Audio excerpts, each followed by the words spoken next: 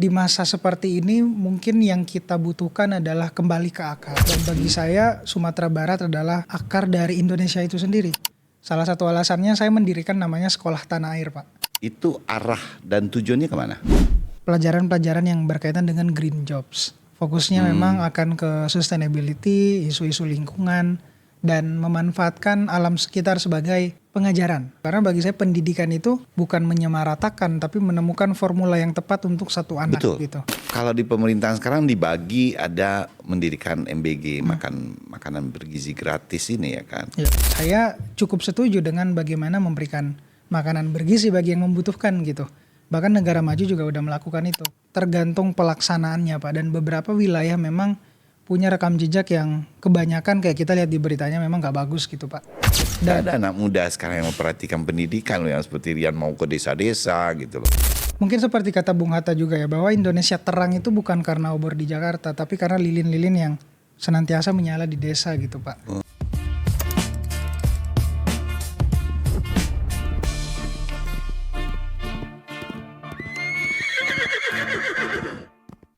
Assalamualaikum warahmatullahi wabarakatuh. Jumpa kembali kita dengan podcastnya Kusia Bendi dari produk Dimensia Kreatif dari sudut Kota Payakumbuh, Provinsi Sumatera Barat. Akhir-akhir ini saya juga agak terkejut melihat dan sering mengikuti seorang anak muda, ada gelarnya Presiden Gen Z, dan beliau fokus di media sosial dengan bercerita berbagai macam ragam dan mempunyai wawasan dan ilmu yang cukup luar biasa. Hari ini saya juga terkejut dan mungkin Allah yang mengabulkan. Bertemu di beliau dari Kota Payakumbuh, kebetulan beliau hadir ke Sumatera Barat, khusus ke Payakumbuh. Dan ada pemerhati-pemerhati yang nanti akan kita ceritakan apa sih langkah dan tujuan dia ke Kota Payakumbuh atau Kabupaten 50 Kota. Beliau adalah Rian Fahardi. Selamat siang Rian. Selamat siang. Bapak panggil Rian aja ya. Siap. Rian. Rian hari ini hadir ke Sumatera Barat, ke Payakumbuh. Yang pertama saya nggak cerita dulu langkah dan kerja Rian. Melihat Sumatera Barat, melihat Minangkabau. Apa sih yang Rian temukan dulu? Karena Rian dengar-dengar dari ini ya, dari jauh-jauh ya, dari timur ya. Iya, saya dari timur. Dari Manado. Makassar, Pak. Makassar ya. Makassar. Jadi Rian, apa sih yang Rian lihat landing di BIM ya kan, Bandara Internasional Minangkabau, setelah itu melihat peradaban dan kebudayaan dan adat istiadat di Minangkabau. Apa yang terfikir di otak Rian melihat itu? Ya, pertama sangat merasa terhormat bisa datang ke sini, Pak, karena banyak tempat-tempat yang saya datangi memang punya cerita yang bikin kita tuh selalu ingin kembali gitu, Pak. Salah satunya adalah Sumatera Barat sebenarnya. Dan ketika saya ke Sumatera Barat, terutama beberapa kali sebenarnya, ini bukan pertama kali ke Sumatera Barat, tapi pertama kali ke Payakumbuh, yang saya lihat memang adalah bagaimana cerita itu rasanya tetap hidup, Pak. Cerita-cerita yang diwariskan sejak lama sampai hari ini ngebuat kita untuk menggali itu terus. Sampai kemudian saya bertemu dengan teman-teman muda juga yang menggali keilmuan itu juga, sampai kemudian kita dipertemukan di tempat yang sama, dan itu yang bikin saya ingin terus kembali, Pak. Kayak cerita-cerita bagaimana di sini lahir banyak tokoh-tokoh besar yang sangat punya pengaruh besar atas lahirnya Republik Indonesia gitu. Dan saya juga punya mimpi bahwa di masa seperti ini mungkin yang kita butuhkan adalah kembali ke akar. Dan bagi saya Sumatera Barat adalah akar dari Indonesia itu sendiri. Akar di mana sebenarnya sebelum kita menancapkan bendera Indonesia sudah lebih dulu ada keringat, ada tetesan darah yang sampai hari ini jangan-jangan jadi pondasi kita. Jadi apa filosofis Rian sampai sejauh itu memikirkan gitu loh? Saya cukup banyak terpapar bagaimana ingin begitu suka ketika ada legacy gitu yang berusaha kayak ingin saya pelajari, Pak. Kayak contoh misalnya di setiap daerah pasti saya selalu cari seluk beluknya. siapa tokoh di sana, siapa pahlawan di sana, terus bagaimana nama daerah itu tercipta. Jadi ada semacam kebiasaan untuk memang ketika datang ke satu tempat, saya pasti gali Pak. Dan ketika pertama kali ke Sumatera Barat, ke Padang, ke Payakumbuh, terus ke Bukit Tinggi kemarin, itu bikin saya akhirnya kayak merasa wah ini kota pejuang gitu. Apalagi kayak kita kenal banyak sekali tokoh yang saya sebutkan tadi yang bikin saya merasa harus terus belajar. Karena saya merasa ada rasa malu Pak ketika pada saat momen di mana sulitnya akses informasi, sulitnya kita terhubung, sulitnya kita belajar cari referensi, kok kita nggak bisa ninggalin karya yang begitu luar biasanya seperti Muhammad Yamin, seperti Buya Hamka. Jadi di situ saya tertantang Pak ketika datang ke salah satu tempat yang isinya banyak orang hebat. Sebenarnya itu alasannya. Ya, Tan Malaka juga di Tan sini. Malaka juga di sini. Pemirsa, Rian ini cukup luar biasa, bergerak anak muda paling menonjol. Milik tagline-nya juga banyak. Ini ada berisik untuk berdampak, generasi cemas, generasi kembali ke akar. Sesuai dengan apa yang dia jalankan hari ini gitu loh. Tapi Bapak mau nanya gitu loh, pengaruh apa ini yang mempengaruhi Rian gitu? Ya ini luar biasa loh Rian. Kayak apa? Rian bercerita tadi misalnya melihat baru ke Sumatera Barat, melihat akar budaya, melihat kekuatan dari Sumatera Barat gitu loh. Dan akhirnya kita berpikir ini orang Manado loh yang menghargai melihat budaya Indonesia khususnya ke Sumatera Barat. Akhirnya saya berpikir anak-anak muda Sumatera Barat harus lebih 1000 kali lipat daripada Rian gitu loh. Siap. Nah, harusnya gitu loh. Ini yang saya lihat Rian. Jadi apa sih yang membuat itu Rian? Oke. Pengaruh pertama tuh waktu saya kecil sebenarnya Pak. Waktu kecil tuh saya terbiasa dididik sama kakek lewat dongeng Pak. Lewat cerita, lewat banyak sekali cerita-cerita yang pada saat saya kecil itu begitu punya dampak sampai hari ini. Dia banyak menceritakan tentang pahlawan-pahlawan di kampung saya. Terus ada cerita raja, terus ada cerita bagaimana daerah saya didirikan. Jadi kakek itu terbiasa mendidik saya lewat cerita itu. Dan ada satu cerita yang sampai hari ini bikin saya selalu suka mencari tokoh-tokoh atau orang-orang yang pada saat itu meskipun di desa kecil, saya selalu bilang bahwa meskipun daerah kecil pasti selalu ada 1 atau 2 atau 3 orang yang bisa kita pelajari di dalamnya. Seperti di desa saya, itu namanya Pak Kabupaten Baru. Di Kabupaten Baru itu 2 jam sebenarnya dari Makassar. Dan di situ kakek saya selalu bercerita bahwa ada satu sosok perempuan yang sampai hari ini sebenarnya masih sangat bikin Indonesia bangga gitu. Namanya I Retna Kencana Coli Puji Arum Pancana Toa. Dia adalah seorang perempuan yang menerjemahkan salah satu epos terpanjang di dunia. Yang bahkan panjangnya itu Pak ngalahin Mahabharata. Ya, namanya Sura Ilagaligo. Itu isinya 300.000 baris, ribuan halaman, dan kita nyebutnya memang salah satu karya dari Bugis gitu. Karya yang sampai hari ini diakui oleh UNESCO sebagai Memory of the World. Dan di situ ketika kakek saya bercerita bahwa wah ternyata dari kampung kita aja ada loh orang yang bisa sekeren itu. Dan dari situlah saya percaya bahwa meskipun saya lahir dari kampung, saya lahir dari desa, ini nggak bisa ngebatasin saya. Sebenarnya pengaruh-pengaruh itulah yang bikin saya terus untuk belajar, untuk terus mencari asal-usul, dan sampai sekarang kayak lebih banyak melihat, dan juga mungkin kemampuan bercerita seperti sekarang juga lahir karena kakek saya. Dari situ Pak. Luar biasa. Terus Rian, kita bercerita tentang mengenai sosok Rian yang lebih dalam lagi nih. Apa sebenarnya label yang ditancapkan ke Rian itu juga saya lihat di media-media Rian, Presiden Gen Z ini disamatkan ke Rian ini apa itu, sampai kenapa gitu loh. Sebenarnya dulu itu bagian dari saya ingin menguji skripsi saya Pak. Itu sebenarnya teori skripsi. Teori skripsi. Oh. Jadi itu masuk dalam teori branding, segmenting, dan positioning. Jadi Presiden Gen Z itu presiden adalah positioning. Terus Gen Z itu adalah segmentasi, dan akhirnya saya memutuskan untuk membangun itu untuk menguji teori saya di sosial media. Jadi awalnya Pak bikin sosial media tuh karena ada tanggung jawab skripsi itu. Saya pengen coba bisa nggak ya saya kuatkan branding dengan apa yang saya pelajari di kampus. Dari situlah kayak akhirnya ketika saya cukup tertarik pada saat itu di bidang di dunia politik karena memang saya punya cita-cita jadi jurnalis, jadi banyak peristiwa yang akhirnya terpapar karena isu nasional, politik, sosial.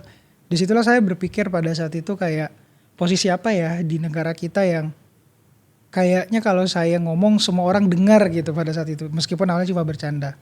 Dari situlah kayak akhirnya kepikiran, wah pengen bangun branding presiden deh. Jadi kayaknya bisa kuat tuh kalau misalnya narasinya bagus. Jadi dari situ kebetulan juga saya Gen Z dan dari situlah akhirnya kepikiran bikin nama pena. Nama pena aja sih sebenarnya itu Pak. Sampai kemudian tiba-tiba ada 1, 2, 3 video viral dan ada labeling itu di sosial media saya, kemudian orang-orang lah yang akhirnya kayak ketika mau ngundang seminar, ketika mau ngajak collab ya dia pasti bawa sendiri label itu. Kayak saya nggak bilang bahwa saya ini presidennya Gen Z itu nggak pernah, tapi memang akhirnya itu tercipta secara organik. Tapi sekarang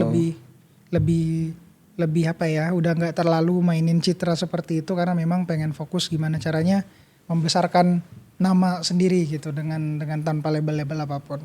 Iya. Jadi Rian, kalau saya lihat ini di media-media sosial Rian itu, Rian anak muda yang unik juga gitu loh. Gimana? Ya, karena uniknya begini, seorang sosok anak muda mengeluarkan ide dan gagasan itu dan yang Rian sampaikan itu menyentak itu. Ada dari sampai dengan perilaku sosial, sampai dengan keadaan dari ketahanan keamanan bangsa, sampai dengan pendidikan, sampai dengan ekonomi, sampai dengan pemerintahan, itu bisa tercetus di otak Rian yang menyampaikan. Jadi unik karena banyak platform media-media anak muda nggak sejauh itu gitu. Banyak itu berkelakar-kelakar dalam kontennya, cepat viral, cepat mengambil momen-momen kadang-kadang di luar dari apa ya, ketimuran kita gitu, bangsa ketimuran kita kadang-kadang untuk hanya mengejar keviralan itu. Konteks perbanding itu Rian ambil itu supaya bisa generasi-generasi muda itu dalam sebuah melangkah di media karena banyak anak-anak yang kreatif. Pemikiran Rian untuk menimbulkan salah satu ide yang demikian tuh apa ada perbandingan atau ide dari luar mana timbulnya Rian seperti itu? Sebenarnya ada kalau ditanya siapa juga pengaruh selain kakek saya waktu kecil, satu tokoh ini namanya Najwa Shihab Pak. Oh. Jadi memang Mbak Najwa cukup punya pengaruh bikin saya bisa ada seperti sekarang. Saya selalu punya pandangan Pak. Role model yang jauh itu hanya bisa jadi pajangan. Tapi kalau dia yang dekat dengan kita, dia bisa jadi pedoman. Dekat ini maksudnya adalah kita punya semacam vibrasi yang sama. Mulai dari bagaimana kita melihat sebuah peristiwa. Jadi bukan hanya sekedar dia kenal dengan kita, tapi cara memandang segala sesuatu kayaknya saya pengen pelajari. Jadi sebelum saya belajar bernarasi, bikin konten, saya melihat dulu secara dalam. Mulai dari bukan tampilan luarnya, tapi bagaimana Mbak Najwa ngebangun apa yang sampai hari ini dia bangun.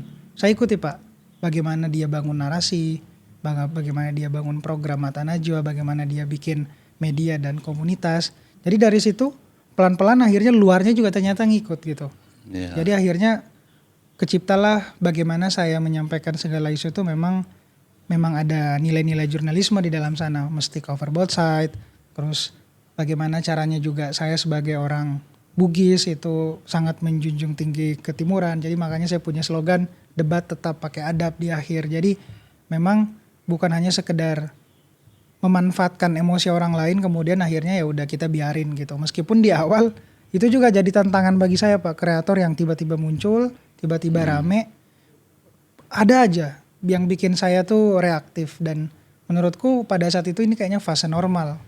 Reaktif, gampang marah, gampang ikut-ikutan dan kayak sekarang jauh lebih sedikit bisa memahami bahwa ternyata kita punya pengaruh kuat, jangan sampai kita tidak berhati-hati dalam menyampaikan segala sesuatu. Dari situ sih sebenarnya yang jadi pembanding dan jadi pembeda sampai hari ini. Memang pembelajaran yang luar biasa itu Rian. yang Rian berikan, apalagi kita melihat anak-anak kreatif yang banyak yang nggak tahu arah kemana tujuan. Masuk ke dunia usaha pun, kalau apapun usaha itu, kita memang harus punya konsep. Ya. Kita memang harus punya makna dari sebuah perjalanan apa yang kita bikin Setuju. dalam berusaha. Kalau orang asal latah aja, memang nggak akan sempurna gitu loh. Kalaupun dia naik viral tuh cuma sebentar habis itu redup, karena dia nggak punya konsep. Kayaknya luar biasa yang Rian berikan, edukasi dari sebuah pembangkitan diri jadi konten kreator. Ya. So setelah itu Rian pernah nggak berada di titik nol? Titik nol yang akhirnya bikin saya merasa ingin menyerah, sebenarnya ada beberapa momen sih Pak. Kayak beberapa kali memang kayak ada beberapa tantangan bagi saya yang pada saat itu saya selalu membedakan dua sifat tantangan Pak. Jadi ada tantangan yang sifatnya aktif, ada yang tantangan yang sifatnya pasif.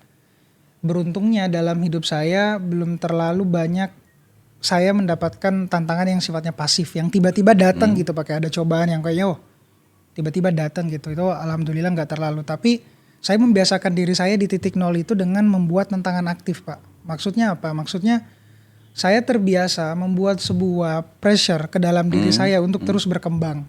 Jadi ketika ada satu momen saya ingin membuktikan segala sesuatu, saya mencoba bikin tantangan itu. Jadi tidak menunggu tantangan yang saya tidak ketahui medannya tuh datang. Jadi misalnya ketika saya pengen expert di bidang podcast, ya udah saya bikin tantangannya. Saya belajar, saya luangkan waktu untuk into terkait dengan produksi dan segala macam. Jadi akhirnya di situ saya selalu ngebuat diri saya tuh nol Pak untuk belajar segala sesuatu. Tapi ya sesuai tujuan tadi. Tapi syukurnya tantangan pasif yang mungkin bikin saya down atau melemah sejauh ini sih saya memaknainya sebagai lompatan dan mungkin kayak dari itu ada jalan-jalan lain gitu yang kebentuk Pak. Oh, luar biasa Rian nih pola pikirnya ya kan. Sangat luar biasa anak muda yang satu ini. Rian, tadi Rian berbicara udah tentang bagaimana konten kreator, bagaimana itu. Sekarang Rian udah berkeluarga? Belum Pak. Belum. Ya kebetulan belum. Apa yang Rian gapai dari hal yang Rian bicarakan yang dari tadi itu? Paling besar saya melihat bahwa kita cuma hidup sekali Pak. Jadi dengan waktu ya kita yang terbatas, saya merasa waktu ini betul-betul kayak pedang lah, kalau nggak dimanfaati ya mungkin bisa nyakitin kita. Jadi dalam waktu singkat ini saya kadang nge-push diri saya untuk ninggalin sesuatu Pak. Kayak terakhir 2 bulan lalu saya habis nerbitin buku, terus 7 bulan lalu juga kita baru launching podcast pertama kita, terus saya bikin beberapa intellectual property seperti Distrik Berisik, ada komunitas sekolah tanah air. Jadi capaian-capaian itu yang mungkin bagi saya sangat berarti Pak. Meskipun dampaknya belum terlalu besar terhadap diri saya, tapi saya selalu melihat bagaimana saya setelah tiada gitu Pak. Bahwa ini akan terus berlanjut dan terus jadi legacy gitu. Karena bagi saya ide tetap tinggal, dampak tetap tinggal, dan apa yang akhirnya kita bicarakan itu jadi rekam jejak. Jadi akhirnya terbiasa untuk bagaimana caranya capaian-capaian yang saya tinggalkan itu tuh punya pengaruh sebenarnya. Ini entah pun dari teman-teman. Pola pikir kayak Rian ini udah jarang anak muda ini. Kalau dulu itu kan gajah mati meninggalkan gading gitu orang kan. Harimau mati meninggalkan belang, manusia mati meninggalkan. Ya, kan seperti itu ya. Filosofi ada sejarah-sejarah yang mengatakan demikian gitu loh. Sekarang Bapak mau nanya, ngapain Rian ke Sumatera Barat? Nah, satu mungkin pengen cari jodoh sih Pak. Kebetulan belum berkeluarga kan. Tapi di samping itu memang kayak saya punya banyak kawan-kawan yang hebat juga di sini yang akhirnya kayak ngajak kita untuk berkegiatan. Dan salah satu alasannya saya mendirikan namanya Sekolah Tanah Air Pak. Sekolah Tanah Air. Tanah Air. Jadi namanya dari tanah dan air. Kita pengen coba ngajak anak muda di seluruh Indonesia itu kembali mengenal tanahnya sama airnya. Kita pengen mereka meskipun nanti akan merantau ke Jakarta, mereka akan keluar negeri, tapi dia nggak akan lupa bahwa di desanya itu ada kekayaan juga, sehingga mereka harus pulang untuk ngejaga dan mungkin bikin sesuatu yang bisa menghidupkan juga orang-orang desa. Karena saya percaya bahwa mungkin seperti kata Bung Hatta juga ya, bahwa Indonesia terang itu bukan karena obor di Jakarta, tapi karena lilin-lilin yang senantiasa menyala di desa gitu Pak. Oh, Jadi dari situlah kayak kita pengen hidupin lilin-lilin itu kecil. Kita sekarang udah ada 7 titik. Titik pertama itu di kampung saya di kabupaten itu, Kabupaten Baru. Kemudian yang terakhir di Kabupaten 50 kota ini Pak. Kebetulan salah satu timku ada yang memang tinggal di sini, dia kuliah di UI tapi sekarang dia saya ajak untuk di sekolah tanah air. Ya udah dia kepikiran, ayo kita bikin di Payakumbuh aja. Jadi tujuan pertamanya kita merevitalisasi sekolah-sekolah rusak sambil menanamkan mimpi, imajinasi dan ambisi ke anak-anak di sini. jadi Rian mulai dari pendidikan. Mulai dari pendidikan Pak. Singkatnya sebenarnya kita ngebenerin sekolah yang rusak tapi sekaligus mengetuk pintu di desa buat kita masukin beberapa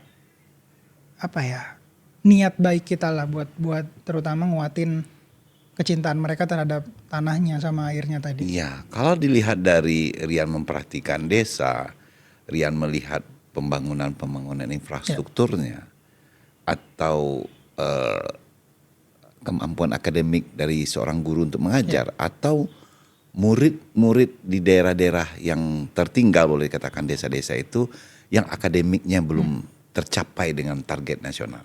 Ya, sebenarnya fokus kita pertama adalah tadi saya punya parameter yang sangat penting untuk dimiliki setiap anak sebenarnya. Satu mimpi Pak, kedua ambisi, tiga itu hoki sebenarnya.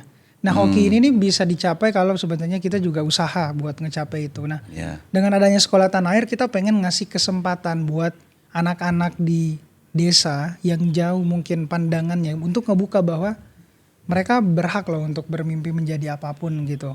Bahkan dengan profesi yang hari ini baru yang mungkin mereka awalnya cuma terbentur dengan beberapa profesi yang hanya mereka lihat. Kita pengen ngebuka itu seluas mungkin. Jadi sekolah tanah air dengan kurikulum kita, dengan konsep kita yang begitu kontekstual mengikuti adat istiadat daerah, tetap kita akan jaga sebenarnya. Jadi paling yang kita sasar memang adalah bagaimana pertama bikin anak-anak itu nyaman dulu belajarnya Pak. Jadi kita kadang bantu untuk pengadaan alat-alat yang mungkin dibutuhkan untuk mereka Pak.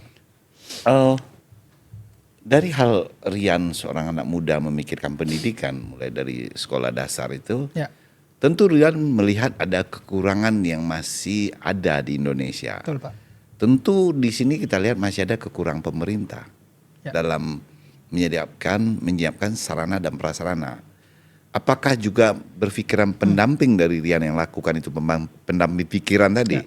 Di samping Rian ingin memberikan ilmu ke anak-anak, memberikan semangat kan, supaya anak-anak ini punya masa depan yang lebih baik. Di samping itu Rian mendamping dari pemikiran tadi, melihat nggak itu masih ada kekurangan dari pemerintah kira-kira? Pasti ada plus minusnya sih Pak. Kayak kita tiap-tiap ke daerah nemuin beberapa problem memang kayak ternyata yang masalah kadang-kadang juga ada dari sekolahnya yang mungkin dia nggak lapor ke Dapodik atau apa. Terus ada juga yang dari dinas yang mungkin sekolah udah lapor tapi kok nggak ada respon. Nah kita terutama saya pribadi memang punya sedikit kemampuan di bidang media yang agak-agaknya lebih besar suaranya mungkin dibandingkan beberapa kali teriakan-teriakan di jalanan gitu Pak ketika saya melihatnya gitu hari ini. Jadi tekanan sosial itu lewat sosial media cukup memberikan pengaruh meskipun ini jalan yang menurutku bukan instan sih nyebutnya tapi jalan yang mungkin kita ambil untuk kayaknya nggak ada jalan lain deh selain kita viralin gitu. Jadi sekolah-sekolah rusak ini Pak kita viralin Pak. Sampai kemudian ada dukungan dari publik sehingga ada juga yang masuk orang untuk donasi sehingga barulah kemudian pemerintah daerah bergerak. Karena kalau kita bersurat, kita masukin dan segala macam, wah itu butuh waktu lama lagi Pak. Ada yang udah masukin permohonan bantuan udah beberapa tahun gak direspon dan itu kejadian. Tapi pas kita viralin, wah minggu depan langsung udah beres jalanan, terus kelas dibangun, bangunan dibangun. Jadi itu satu kekuatan yang akhirnya kupikir bahwa ini bisa jadi salah satu senjata yang sebenarnya anak muda punya. Kita punya gadget, kita punya sosial media. Tinggal bagaimana mengemas itu jadi satu bentuk gerakan. Dan ini yang kita coba lakukan di sosial media. Bagaimana mempertemukan digital dan kolektivisme. Ya, kalau Rian ini masalah indeks indeks pembelajaran anak-anak, indeks prestasi ya. Rian kan udah muter-muter nih kemana-mana, ke daerah-daerah tertinggal sampai dengan kota, perbandingan. Perbandingan itu Rian lihat indeks dari manusia yang sekolah-sekolah di desa apa di kota ini seimbang. Bisa saya bilang sebenarnya masih sangat jauh sih Pak. Dari segi fasilitas bangunan aja masih sangat jauh. Kita bandingin juga Jakarta aja kayak kita anggap bahwa kayaknya maju. Tapi kalau kita ke pelosok, ke utara, ke beberapa mungkin dekat-dekatan Tangerang itu masih sama kok sebenarnya dengan daerah-daerah lain yang mungkin di daerah atau di desa-desa gitu. Jadi hampir sama problematikanya itu ya. Ya, lagi-lagi memang kayak mungkin pemerataan sih Pak. Sebenarnya mimpi saya itu kalau sebenarnya presiden berani mengambil resiko politik atau apapun kan sebenarnya kita bilang anggaran kayaknya habis, tapi kok mau dibangun lagi gitu 10 kampus baru gitu tiba-tiba. Maksudku adalah kenapa tidak bagaimana mendata benar-benar dan itu udah difokuskan untuk diberesin. Jadi alih-alih bikin pintu baru, coba kita benerin genteng rumah kita yang lama. Nah sebenarnya itu yang kita suarakan bahwa ada tanggung jawab yang jangan sampai dilepas gitu. Mulai dari bagaimana pemerataan hak-hak guru juga, terus hak-hak anak yang memang punya inisiatif yang bagus lah terutama untuk bersekolah di tempat yang layak gitu Pak. Ya, dari alokasi pendidikan yang ditetapkan pemerintah itu kan cukup besar ya kan, 20% dari APBN ya kan. Ini sebenarnya kan udah terakomodir sebenarnya untuk seluruh Indonesia. Dekade 5 tahun belakangan. Sekarang kalau di pemerintahan sekarang dibagi ada mendirikan MBG, makanan bergizi gratis ini ya kan. Rian lihat ada impact yang negatif atau yang positif di daerah-daerah karena anggaran itu kiranya diambil dari untuk pendidikan gitu, dalam sisi pembangunan di MBG gitu loh. Ya, pertama soal anggaran pendidikan memang kita porsi yang paling tinggi memang pendidikan salah satunya, tapi kita paling rendah Pak di ASEAN. Kita paling rendah di ASEAN, terutama soal memfokuskan anggaran APBN ke pendidikan gitu. Nah, kalau melihat bagaimana MBG terutama impact nyatanya di daerah menurutku tergantung pelaksanaannya Pak. Dan beberapa wilayah memang punya rekam jejak yang kebanyakan kayak kita lihat di beritanya memang gak bagus gitu Pak. Dan salah satu tantangan utamanya adalah bagaimana mulai dari rancangan dan eksekusinya Pak. Secara ide, secara will dan mungkin niat, saya cukup setuju dengan bagaimana memberikan makanan bergizi bagi yang membutuhkan gitu. Bahkan negara maju juga udah melakukan itu. Ketika saya riset survei waktu saya ke New Zealand, saya melihat mereka juga punya MBG Pak. New Zealand tuh punya MBG dan cukup serius meskipun penduduknya yang dia urus ngasih makan tuh cuma 200.000 dan auditnya lengkap, kita bisa baca datanya, impactnya, kemudian sampai dapur-dapurnya bisa mereka atur. Nah kita ini nih kelemahan mengatur tata kelola itu. Jadi yang mesti revolusi hari ini ya bukan hanya rezimnya gitu, jangan-jangan, tapi bagaimana sistem yang paling dalam, bagaimana mengatur tata kelola dari akar sampai hilirnya gitu Pak. Karena menurutku masalahnya di sana gitu. Kalau Rian lihat di sisi manusia, di segi materi kurikulum pembelajaran di sekolah-sekolah, dekade ini Bapak lihat itu, anak itu dituntut untuk menguasai teknologi supaya bisa menguasai dunia. Tapi dari akar pendidikan yang sebenarnya Indonesia itu ada yang terlupakan atau ada yang kurang di mata Rian? Wah dilupakan bisa jadi sih Pak. Meskipun kita lihat hari ini orang-orang yang mungkin bekerja di Bappenas, terus yang merancang mungkin rancangan pendidikan dan segala macam itu udah kayak profesor, doktor. Tapi bagi saya yang hari ini dilupakan adalah mengenali kembali generasi mudanya itu sendiri.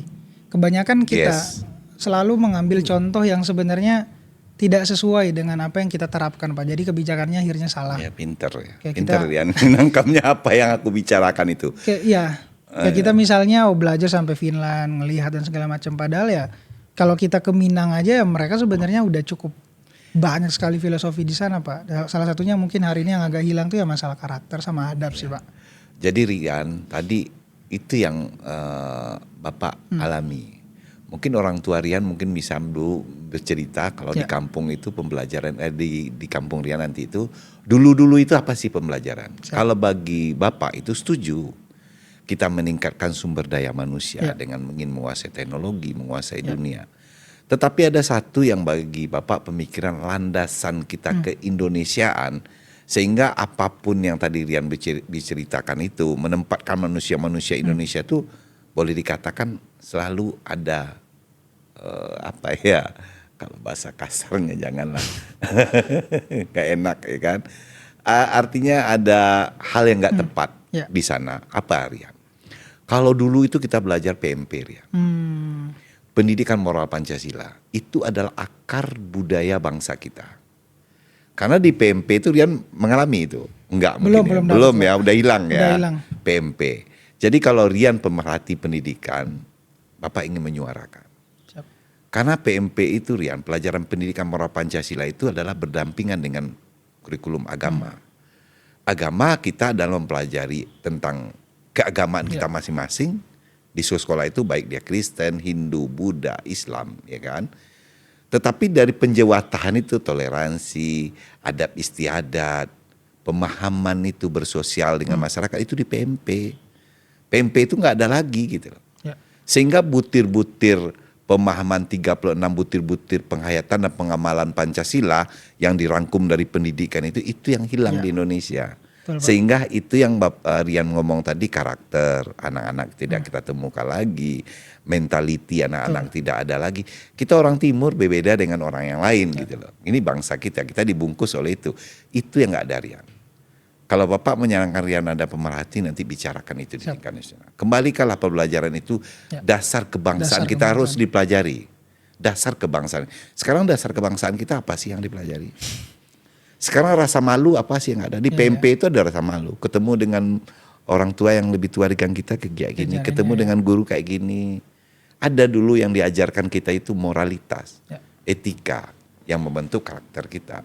Sekarang pendidikan didorong aja dengan teknologi, melupakan kiranya Betul, Pak. akar dan budaya. Itu yang saya lihat Rian. Jadi Rian, ini suara dari kita ini Rian. Karena Rian pendidikan saya lihat Rian juga dekat dulu dengan pemerintahan gitu. Saya lihat di postingan Rian gitu. Ini bisa menyuarakan. Sekarang Rian berjalan masalah memperhatikan pendidikan ini. Siapa di samping Rian? Sebenarnya beberapa tahun ketika misalnya setelah Pilpres cukup banyak sebenarnya tawaran untuk masuk mungkin berkontribusi lah di dalam Pak. Tapi sampai sekarang ada beberapa tawaran yang akhirnya kayak saya tolak yang sebenarnya bisa bikin saya mungkin impactnya mungkin jauh lebih besar gitu Pak. Tapi ada satu yang bikin saya tetap bertahan dengan keyakinan saya sendiri. Jadi alasannya kalau di samping ya masih tim saya Pak. Masih tim saya yang sampai hari ini menemani dari awal sampai akhir gitu. Yang memang kayak kita pegang meskipun apa ya sumber daya kita kecil tapi ternyata dengan cara kolektif kita masih bisa gerak gitu Pak. Yang penting gerak aja dulu, itu yang saya selalu lakukan dan lewat sosial media ini saya merasa gerak saya tidak terbatas gitu. Ya ini pancingan Bapak sebenarnya ke Rian itu. Supaya apa gitu loh. Bagaimanapun seorang anak muda memperhatikan pendidikan, bagaimanapun di samping Rian tuh mau si A, mau si B. Tapi niat yang tulus ini tolong diperhatikan gitu loh. Karena luar biasa Rian. Gak ada anak muda sekarang yang memperhatikan pendidikan loh, yang seperti Rian mau ke desa-desa gitu loh. Sekarang umur Rian berapa sih? Saya kebetulan bulan ini baru 26 kayaknya. 26 baru ya kan. Tapi 26, udah terjun kepada pergerakan sosial dalam bidang pendidikan gitu loh. Tanpa pamrih gitu loh. Jadi why not gitu loh, siapapun gitu loh. Untuk ada di samping Rian untuk pembangunan ini. Karena kita lihat pun daerah kini sekarang, daerah yang pemerintahan sekarang pun dengan masa yang lalu itu pendidikan kini sekarang ini masih kurang. Butuh dicambuk sih Pak ya kita. Iya. Jadi dengan Rian ini anak muda ini sepertinya kita kena tampar gitu. Karena kita kena tampar loh, anak muda aja memperhatikan ini, kenapa lu enggak gitu. Anak muda aja memperhatikan gitu lah ya kan. Jadi Rian, dari sudut pandang Rian tadi soal pembelajaran Rian ilmu percakapan menghadapi sosial lingkungan gitu loh.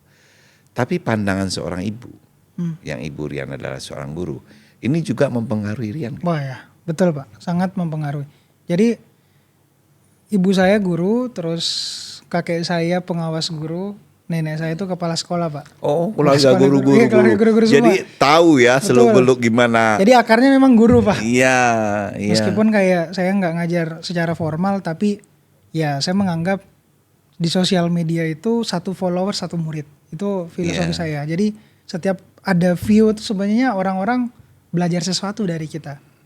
Jadi ya bagaimana followers kita sekarang beda berapa ya itu murid kita, dan apa yang kita sampaikan ya itu mungkin dia bisa telan, dia bisa cerna bagaimanapun ya itu tergantung penyampaiannya kita. Jadi dari ibu belajar banyak sih, karena ibu tuh sempat 7 tahun jadi guru honorer, jarak dari rumah tuh ke sekolah lebih 1 jam Pak. Dan saya kadang nemenin, terus kondisi sekolahnya juga pada saat itu mungkin juga sekarang lagi diperbaikin, rusak lah pokoknya sekolahnya. Nah, dari situlah lahir Suman Sekolah Tanah Air. Jadi saya punya framework ketika bikin segala sesuatu tuh akarnya dari kecemasan Pak. Akarnya Cemas? dari kecemasan. Apa yang Rian cemaskan? Mungkin ini agak sedikit bikin orang maksud kecemasan gitu. Setiap orang bagiku memang punya kecemasan, tapi ada tipe orang yang menjadikan kecemasan ini sebagai eustress. Ada juga yang menjadikannya distress. Nah, distress ini kecemasan yang tidak dikeluarkan, Pak. Sibuk overthinking aja terus. Sibuk apapun yang akhirnya bikin dia nggak produktif gitu. Tapi ada eustress yang kecemasan ini jadi satu bahan panggilan bensin untuk nyiptain hal-hal yang keren Pak. Dari situlah akhirnya tantangan untuk mengubah kecemasan ini aku ubah jadi gagasan ini jadi gerakan, dan gerakan akhirnya jadi perubahan. Sebenarnya dari situ. Makanya beberapa bulan terakhir terbit bukuku judulnya Filsafat Kecemasan. Kita coba nunjukin bahwa gak apa-apa kok cemas sebenarnya. Bahkan anak muda harus cemas gitu. Kayak lu harus cemas terhadap lingkungan sekitar, lu harus cemas sama kepala daerah, lu harus cemas sama siapapun yang mungkin bisa mengganggu, apapun yang mungkin ya lu rasakan gitu Pak. Jadi kita mengajak anak muda untuk mengubah kecemasan saya menjadi kecemasan kita. Sebenarnya tujuannya Tapi kesana. tujuannya positif ya Tujuannya kan? positif. Jadi cemas itu tapi arahnya kita ke Betul. positif gitu loh. Luar biasa, udah bikin buku lagi. Anak muda ini sangat luar biasa ini. Yan, kalian juga terjun pada pasca bencana ya? Iya, Di Aceh. sempat ke Aceh Pak. Apa yang lihat di sana waktu pasca banjir, pasca bencana di sana? Saya mungkin tadi karena lahir dari keluarga guru, ketemu anak-anak tuh jadi healing sendiri nih bagi saya Pak. Jadi setiap ketemu anak-anak tuh happy aja bawanya, meskipun kondisinya pada saat kesana lumpur di mana-mana, terus sekolah rusak dan lain-lain. Tapi ketika ngelihat anak-anak tuh masih bisa main, masih bisa, ketika kita kasih kemarin saya bagi-bagi Quran dan lain-lain, itu udah bikin semacam kebahagiaan tersendiri Pak. Jadi yang saya lihat pada saat itu bukan kesedihannya, bukan potret pada saat itu juga bencana alamnya, tapi adalah ada space yang hari itu pada saat itu sangat dibutuhkan oleh warga Aceh, itu kehadiran Pak. Kehadiran yang pada saat itu belum terlalu ditangkap sinyalnya sama pemerintah daerah dan juga mungkin ya pemerintah pusat gitu. Kehadiran aja. Karena kebanyakan kemarin yang dilontarkan itu ya hal-hal yang bikin warga di sana merasa kok negara nggak hadir sih sama kita, kok dia lambat sih, kok terlalu tidak peduli dan segala macam, itu sering muncul gitu. Dan dari situlah akhirnya kayak saya berasa bahwa kedatangan saya mungkin tidak akan merubah banyak hal, tidak akan bikin semua itu terselesaikan, tapi setidaknya kita hadir buat mereka. Kita hadir secara utuh gitu, bahwa ya masih ada kok yang peduli. Sebenarnya itu yang saya lihat Pak. Oh, yang sangat krusial apa? Yang sangat krusial bisa dibilang tadi bagaimana masalah mental sih Pak. Masalah mental. Jadi yang benar-benar menjadi korban di sana, meskipun fisiknya selamat, tapi kondisi emosional jiwanya itu benar-benar kita lihat sangat terluka lah Pak. Kayak ya mereka bisa senyum gitu menerima kedatangan kita, tapi pada saat saya nanya ada beberapa lurah, ada beberapa kepala desa di sana, mereka sambil tangis Pak. Betapa besar tanggung jawab mereka pada saat itu jadi seorang pemimpin, harus menyelamatkan warganya dalam kondisi yang terbatas. Perahunya cuma satu tapi mesti bawa banyak orang buat selamat gitu. Disitulah kayak saya merasa wah ini tekanan mental yang paling parah pada saat itu. Iya, memang kalau bencana itu paling utama itu dari psikologis Ya. sebenarnya. Psikologis itu kalau dia dapat sandang dan pangan misalnya di daerah banjir itu, tapi psikologis ini sangat luar biasa mempengaruhi gitu loh. Sangat mentality Betul, kita Pak. itu sangat jatuh gitu loh. Gimana saya ke depan, gimana anak-anak, belum lagi ada yang meninggal, ya kan. Lingkungan yang parah seperti itu gitu loh. Kekurangan dari yang dia lihat di sana itu dari segi psikososial yang dilakukan oleh lembaga-lembaga lain atau dari Rian sendiri yang berjalan itu. Dari kebencanaan itu apa yang tidak disentuhnya dalam bidang pendidikan oleh program-program pemerintah di situ? Ya, satu tadi soal beberapa bantuan memang datang gitu, tapi pemulihan recovery ini menuntut untuk kita benar-benar hadir pada saat itu, Pak. Jadi kita memang kayak ngedata beberapa anak-anak yang terdampak, terus abis itu kayak kita coba bagaimana memberikan mereka semangat lagi untuk belajar, karena pada saat itu ada momen di mana anak-anak kayak bingung aja mau kemana karena ya sekolahnya nggak ada, terus mereka mungkin udah malas lagi belajar. Jadi kita datang benar-benar bilang bahwa ya jangan berhenti sekolah gitu, jangan berhenti berharap, jangan berhenti bermimpi ya, meskipun kita tahu bahwa rumah itu bisa dibangun dalam waktu 1 tahun, tapi untuk menyembuhkan itu butuh bertahun-tahun gitu. Jadi ya memang yang bisa kita lakukan pada saat itu selain mendampingi mereka ya bagaimana memastikan bahwa apa yang kita lakukan pada saat itu tuh bisa jadi semacam pengingat lah buat kita dan juga buat mereka sih, Pak. Kalau kita Rian ada berjalan melihat kekurangan pendidikan sarana dan prasarana, infrastruktur sampai sumber daya itu, sampai lihat-lihat dari pasca bencana, kebencanaan yang ada di Indonesia. Kalau kita melihat dari pemikiran ilusi keadilan pendidikan, ya kan? Dari semua konstelasi yang Rian lihat tuh, apakah adil pendidikan Indonesia itu? Saya merasa belum sih, Pak, secara sistem. Karena akhirnya keadilan itu bisa dicapai ya bagi mereka yang sepenuh hati gitu memperjuangkannya gitu. Padahal menurutku ya keadilan itu sebenarnya kayak bukan hanya sekedar menyamaratakan aja. Tapi yang memang harus diperjuangkan adalah penyamarataan kesempatan. Karena kesempatan ini sangat berkaitan dengan pendidikan menurutku.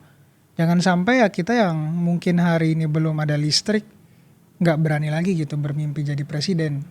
Ya mesti harus datang dulu kesempatannya dong untuk kita belajar tengah malam karena ada lampu gitu. Jadi yang mesti didahulukan menurutku ya itu tadi. Penyamarataan kesempatan, barulah di situ mungkin kita bisa sama-sama melihat keadilan untuk pendidikan itu sendiri gitu. Sangat luar biasa cerita Rian hari ini. Rian, dari bencana kita udah melihat dari pasca bencana sampai ke desa gitu, kita lihat ya kan. Sekarang kita bicara soal keadilan, tadi Rian udah bercerita. Sekarang Rian lihat pendidikan Indonesia yang anak-anak SD itu yang sering terjadi diskriminasi untuk dia apa gitu. Apa yang ada cerita-cerita di balik Rian perjalanan itu? Salah satu cerita yang menarik sebenarnya banyak sih, Pak. Salah satunya adalah kayak kita ngelihat bagaimana fokus anak-anak hari ini udah mulai bergeser. Mulai dari bagaimana ketika pada saat itu waktu saya SD begitu aware gitu soal pertanyaan atau wawasan-wawasan yang menurut kita tuh harus dikuasain waktu SD gitu. Kayak misal gampang kita nyebut Pancasila, gampang kita nyebut nama pahlawan, gampang kita nyebut tokoh-tokoh penting di daerah, menteri, presiden. Sekarang kayak wawasan-wawasan itu agak tidak menjadi prioritas generasi muda yang sekarang gitu, Pak. Dan ya saya tidak menyalahkan anak-anaknya tentu, karena di situ ada ekosistem kenapa mereka akhirnya fokusnya nggak ke sana gitu. Ya kali ini ya kita dikepung oleh distraksi yang bikin kita tidak fokus gitu dengan itu semua. Mulai dari sosial media, mulai dari game, mulai dari AI. Itu tuh akhirnya jadi satu barrier yang bikin kita ya tidak lagi mengerti pondasi yang seperti Bapak sampaikan gitu. Jadi jangan sampai TikTok yang mendidik anak-anak gitu. Nah kita melihat hari ini ya TikTok yang mendidik anak-anak. Iya, karena fase itu Rian, fase itu terjadi pada masa COVID. Ya. Kalau ini menurut pandang Bapak, fase COVID itu kita kan ke gadget semua ya. Ya. Sehingga ada beberapa generasi-generasi itu cara pandang dia belajar itu Betul. mempermudah. Aduh gampang, di handphone udah ada semuanya. Ya kan? Gua mau cari apapun ada di handphone gitu. Ini pada fase itu Bapak lihat kemunduran pendidikan kita gitu loh. Sampai sekarang kan ada yang masih ada regenerasi itu yang kekurangan itu Rian gitu loh.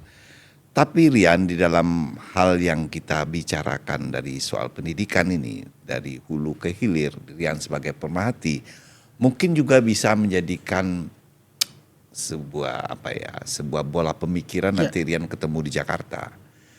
Rian lihat nggak ada perbedaan sekolah negeri dengan sekolah swasta? Ya cukup konsisten sih ya kita lihat perbedaannya kayak bagaimana struktur yang diciptakan oleh swasta ini lebih leluasa gitu. Kayak aku ngelihat beberapa pemilik yayasan, salah satu ada beberapa teman juga, itu kayak mereka punya kemampuan bereksperimen Pak, dan rasa untuk bagaimana menguji segala sesuatu sehingga itu pas gitu. Karena bagi saya pendidikan itu bukan menyamaratakan tapi menemukan formula yang tepat untuk satu anak gitu. Betul. Bapak tuh ingin bercerita itu ke Rian itu kenapa Rian? Kita bukan bukan sentimen dari sekolah swasta gitu loh. Karena kita dilahirkan dari sekolah negeri gitu loh.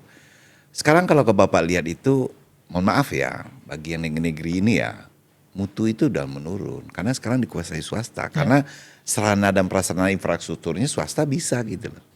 Sekarang Rian kayak di kota kecil ini aja Payakumbuh Rian, saya kasihan gitu loh. Ada salah satu sekolah, anak-anak dia ini mau berlomba ini, iya kan?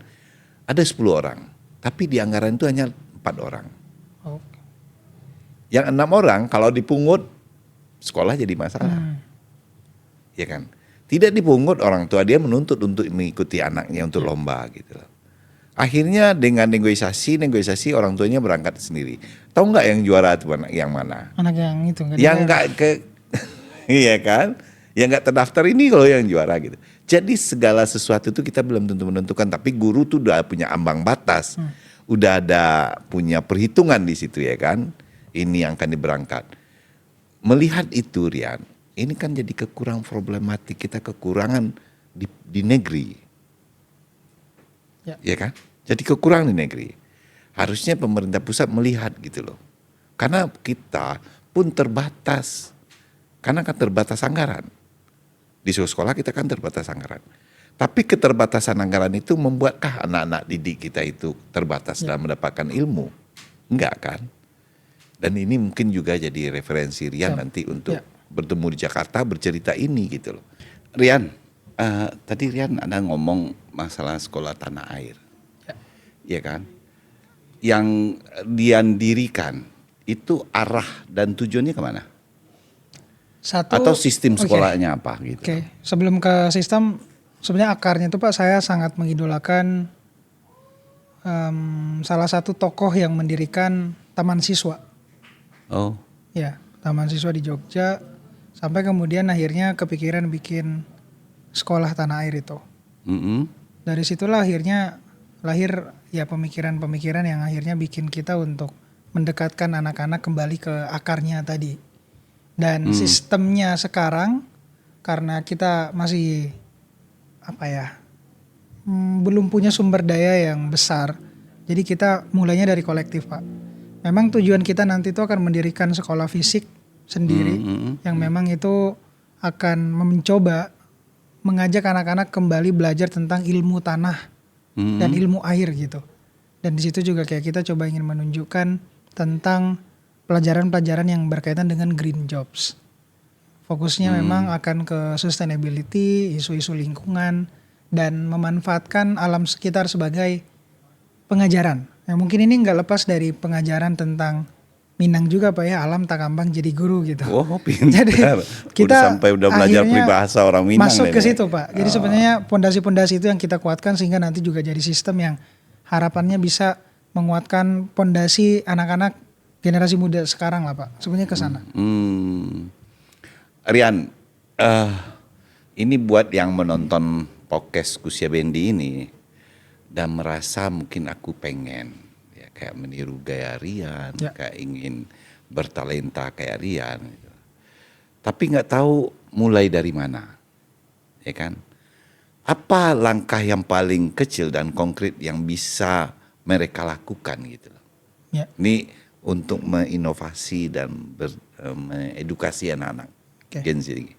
Yang pertama untuk teman-teman muda pasti hari ini saya bilang cukup banyak kecemasan gitu. Saya selalu mulai dari kecemasan Pak. Saya pengen balik lagi dan selalu bosan bilang bahwa sebenarnya selalu nggak akan bosan bilang bahwa mulailah dari apa yang akhirnya kamu pikirkan di kepala tapi belum berani dikeluarkan gitu. Apa yang akhirnya di kepala itu sebenarnya menuntut untuk kita keluarkan. Jadi untuk mengeluarkan itu teman-teman harus menemukan skill yang tepat. Jadi polanya tadi dari kecemasan tuangkan jadi skill. Skill itu teman-teman bisa pelajari entah berbicara, entah menulis, entah dengan cara menjaga relasi itu juga skill dengan networking. Jadi kuasai itu dulu. Host Cokroaminoto juga guru-guru bangsa kita dia bilang bahwa kalau pengen jadi pemimpin yang besar maka bicaralah seperti seorang orator dan menulislah seperti wartawan. Nah, dua skill ini sebenarnya pondasi untuk kita mentransformasi kecemasan itu menjadi sebuah karya. Dan ya dia menunggu sebenarnya untuk dijawab. Dan jangan sampai itu dibiarin. Kalau dibiarin ya mungkin gak akan lahir ide-ide besar atau gerakan-gerakan besar. Karena jujur saya bikin konten seperti sekarang ya karena saya mencoba mentransformasikan kecemasan itu jadi kreativitas. Dan tantangannya memang ya kita harus menerima diri sendiri. Kita harus jujur sama kelemahan. Kita harus berani mengakui bahwa kita masih bodoh. Dan dari situlah nanti akan terbentuk resiliensi untuk bisa menerima diri. Dan akhirnya kita akan punya confidence buat memulai apapun. Memulai apapun. Karena dari situlah ya pelan-pelan bukti-bukti diri karena kita berhasil bicara, bukti diri karena kita percaya diri, itulah yang akan jadi satu titik kita akan bikin kita akan jauh lebih baik lebih baik gitu ke depannya Pak. Ya, Saya kira itu. Yan, Bapak dari yang Rian lakukan sekarang, Bapak pengen dengar satu pesan Rian dulu untuk pemerintah. Apa sih pesan Rian untuk pemerintah? Pesannya jangan selalu bilang percaya sama saya, percaya sama program saya, percaya sama MBG itu misal, percaya sama Hasta Cita atau percaya sama menteri saya. Coba berani bilang,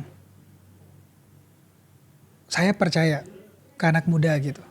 I believe in you gitu, bukan hanya believe sama saya gitu, tapi bilang believe ke anak muda gitu, believe, kasih kesempatan yang nyata, kasih ruang, kasih space. Dan disitulah akhirnya betul-betul akan tercipta kolaborasi lintas generasi. Yang kita butuhin hari ini Pak percakapan Pak. Bukan ego satu generasi. Karena kalau generasi satu aja yang akhirnya punya ego, saling perang, akhirnya gak mikirin tuh cadangan nasional kita masih ada gak sih? Atau misalnya generasi ke depan itu mau napasnya sehat gimana kalau akhirnya kita gak mikirin polusi sekarang. Jadi stop lah bikin kebijakan yang short term, bikin yang long term. Pastikan bahwa itu memang dipersiapkan untuk generasi selanjutnya. Karena kalau enggak ya semuanya akan sirna gitu. 3 generasi ini bahkan hilang gitu. Maka penting untuk kita kembali ngelihat bahwa bangsa ini memang diciptakan karena ada 3 percakapan antar generasi. 2 percakapan antara golongan yang senior sama golongan yang muda. Tapi kalau golongan senior aja nih yang saling berdebat dan saling tidak mencoba saling merangkul, juga generasi muda juga punya masalahnya ya kita merasa bahwa karena ini zaman kita ya kita nggak perlu generasi senior. Nah jadi titik pertemuan itu membutuhkan empati Pak. Jadi saranku semoga pemerintah juga mau berada di tengah, nggak hanya di atas tapi mau menurunkan sedikit egonya untuk ketemu di tengah. Begitupun yang muda. Karena kalau enggak ya kita nggak akan bisa mencapai Indonesia yang kita semua impikan gitu. Oke Yan, ini untuk pemungkasnya Rian dari akhir pertemuan kita hari ini, untuk Rian berikan pesan-pesan untuk anak-anak Indonesia yang lagi belajar dari Aceh sampai ke timur sono, ke Irian, apa yang Rian bisa berikan sedikit pesan Rian untuk anak-anak ini? Pesannya saya pengen bilang you matters gitu. Kamu penting gitu. Suaramu penting. Meskipun tadi kamu lahir di segala keterbatasan, ya kamu penting. Dan untuk jadi penting, kita mesti punya tujuan. Jadi jangan sampai dinding-dinding rumah ini ngebatasin langkah teman-teman untuk terus membangkitkan mimpinya gitu apapun. Mimpi itu gratis, jadi pilihlah yang paling mahal sebenarnya. Saya dari kecil Pak, udah mimpi awalnya memang gak langsung jadi presiden. Mimpi saya mau jadi menteri. Menteri informatika pada saat itu karena saya suka banget teknologi dan lain-lain. Jadi saya udah mimpi pengen jadi menteri gitu ya. Sekarang kayak mimpi saya pengen tinggiin lagi gitu, pengen jadi presiden yang mentok-mentok. Kalau nggak jadi presiden mungkin ya jadi menteri gitu Pak. Ya jadi apapun itu selalu percaya sama kata hati karena kata hati itu nggak bakal ngebohongin kita sih. Dan kalau kita udah ngebohongin dan nggak komitmen sama diri sendiri ya sama orang lain pasti akan susah. Jadi komitmenlah sama diri, bangun kepastian di tengah ketidakpastian setiap hari karena itulah yang akan bawa kita ke keberuntungan-keberuntungan. Kata hati itu Rian, saya pun melihat Rian Fahardi ini, kata hati saya nih. Ya.